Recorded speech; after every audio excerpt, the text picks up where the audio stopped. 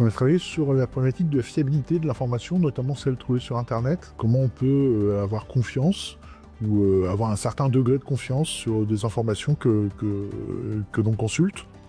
Et pour ce faire, on a imaginé un futur où un outil d'aide à la détermination de cette fiabilité existe. Aujourd'hui, avec tout ce qui est IA générative et tout ce qui est deepfake, il y a de plus en plus de contenu qu'on peut retrouver sur Internet.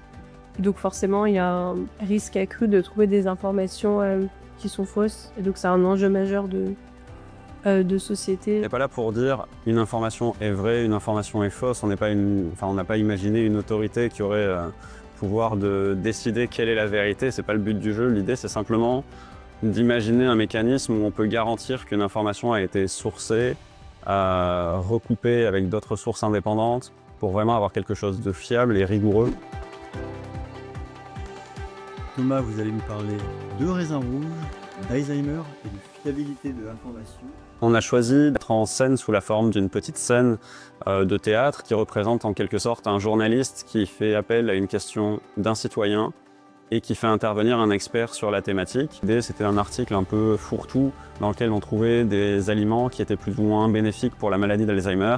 Nous, ce qu'on évalue, c'est la rigueur du processus d'élaboration. C'est qu'en général, on estime qu'il faut 7 à 10 fois plus d'énergie pour démentir quelque chose que pour l'affirmer. Donc si on a plein de gens qui affirment n'importe quoi dans un volume qui croît, quelque part on se retrouve un peu démuni pour contrer ou pour démontrer que les choses ne vont pas.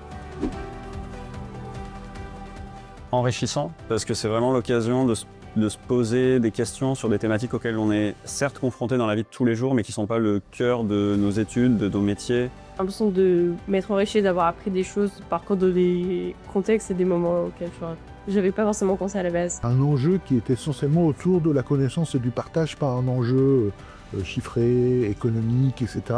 Donc l'ensemble, pour moi, est très plaisant.